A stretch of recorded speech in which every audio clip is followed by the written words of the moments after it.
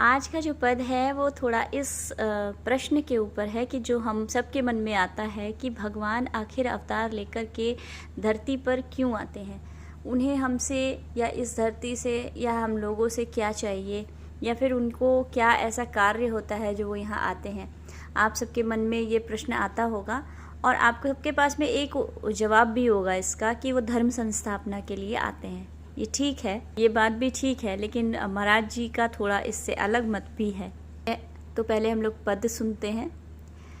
जीव कल्याण हित गोविंद राधे, जीव कल्याण हित गोविंद राधे, ले अवतार ब्रज आए बता दे, ले अवतार ब्रज आए बता दे। तो आप सबको इसमें थोड़ा समझ आया होगा कि आखिर भगवान क्यों आते हैं अवतार लेकर के। तो इसमें इस पद में महाराज जी कह रहे हैं कि भगवान हम सबके बीच में इसलिए आते हैं क्योंकि उन्हें जीव कल्याण करना है, हम सबका कल्याण करना है। अगर आप सोचेंगे कि राक्षसों को मारने के लिए वो आते हैं, उनका नाश करने के लिए और धर्म की स्थापना करने के लिए आते हैं, तो वो काम भगवान वहीं बैठे बैठे भी कर सकते हैं। सभी राक्षसों के अंदर भी तो भगवान है, सभी जीवों के अंदर भी भगवान है। तो भगवान को उसके लिए इतनी कठिन, इतनी कठोर दुनिया में आकर के यहाँ हम सबके बीच में रहने की ज़रूरत थोड़ी है। उसके लिए तो भगवान केवल वहीं बैठे बैठे ही सब कुछ कर सकते हैं। वो वहीं से चाहें तो वो तो संकल्प शक्ति से सारे कार्य करते हैं। वो सिर्फ सोचते हैं और सृष्टि की रचना हो जाती है।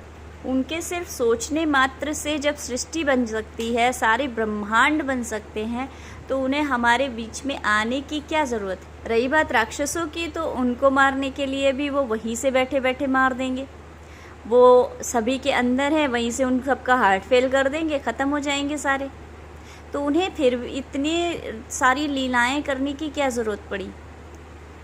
और धर्म संस्थापना के लिए तो इतने सारे संत, इतने सारे गुरु, इतने सारे महापुरुष आते ही रहते हैं, तो भी उनको स्वयं आने की क्या ज़रूरत है। तो अब आप बताओ कि आखिर भगवान क्यों आते हैं। तो इसका महाराज जी बहुत सुंदर उत्तर देते हैं कि अगर भगवान ना आते तो इस धराधाम पर उनका ये धाम हमें प्राप्त नहीं होता, उनका नाम हमें प्राप्त नहीं होता। हम जो आज मन अपना जो लगाते हैं उनकी लीलाओं में, वो लीलाएं प्राप्त नहीं होती। उनकी लीलाओं के साथ उनके जो ग्वाल बाल, जो सखा सहेली जो भी थे, वो सब हमें प्राप्त नहीं होते। और वो किसी और का कल्याण करने के लिए नहीं देते ये सब कुछ। महापुरुष तो पहले से ही मायातीत है और भगवान तो मायाधीन है। तो बचे हम लोग जो मायाधीश हैं। भगवान मायाधीश हैं, महापुरुष मायातीत है, और बचे हम लोग मायाधीन हैं। तो जो मायातीत है वो माया से निवृत्त हो चुका, उसको माया लग ही नहीं सकती। और भगवान तो माया के उनके जो है ईश्वर हैं, मायाधीश हैं। तो भगवान को तो माया कहीं से भी नहीं लग सकती, वो तो उनके मालिक हैं, स्वामी हैं। तो बचे हम लोग मायाधीन हैं, और हम पर माया इतनी प्रबल है कि हम भगवान तक किस प्रकार पहुँचे, इसके लिए भगवान हमारे लिए ही सब अवतार लेकर के एक एक पृथ्वी के एक एक कोने में जा कर के एक एक जगह पर उन्होंने लीलाएं कर कर के हमारे लिए ये सब कुछ छोड़ा है। वो छोड़ जाते हैं ये सब कुछ। जो शुद्ध हृदय के थे, जो जिनका अंतःकरण शुद्ध था, वो तो भगवान को पहचान गए उसी वक्त, और उसी वक्त उनका माया निवृत्त हो गया, सब कुछ हो गया और वो भगवान के धाम चले गए। लेकिन जो हम जैसे जीव थे, जो भगवान को देख करके भी उनको एक साधारण मनुष्य के बुद्धि से सोचते थे, गलत बातें भी कहीं, हमने भी कहीं, हम लोग भी थे उस समय, क्योंकि हमारे अनंत जन्म हो चुके हैं। भगवान भी जैसे अनंत बार अवतार ले चुके हैं, वैसे ही हम भी अनंत बार जन्म ले चुके हैं। तो अनंत बार जब हमने उनको कभी ना कभी तो देखा ही होगा, तो हमारी क्यों नहीं मुक्ति हुई, हमें क्यों नहीं कोई फ़र्क पड़ा। इसलिए नहीं पड़ा, हमारा अंतःकरण इतना गंदा था कि आज भी भटक रहे हैं। इसलिए भगवान जो जीव नहीं अभी भी पार पाए हैं भवसागर से, उन सब को, तो हम सब के लिए, साधारण जीवों के लिए वो भगवान अपना नाम, रूप, लीला, गुण, धाम और संत को छोड़ जाते हैं, जिससे कि हमारे आने वाले समय में जो आने वाले जीव हैं जिनका कल्याण नहीं हो पाया, उनका भी कल्याण हो सके, उनको भी भगवत धाम प्राप्त हो सके। और यही नाम ले लेकर अनंत जीव उनके धाम को गए। अनंत जीवों को इन सारे दुखों से छुटकारा मिला, संसारिक दुखों से, जिनकी वजह से वो भटक रहे हैं। तो ये बहुत गूढ़ रहस्य भी है और बहुत ज़्यादा इसकी डीप डिटेल भी है, जो हम आराम से कभी बताएंगे इसके बारे में। लेकिन आप लोग इतना समझो कि भगवान सिर्फ धर्म संस्थापना के लिए और राक्षसों को मारने के लिए, यानी, और फिर भगवान राक्षसों को मार करके भी उनका कुछ बिगाड़ नहीं सकते। वो तो उद्धार हो गया उनका, वो जिनको मारा वो भी तो भगवान के धाम गए।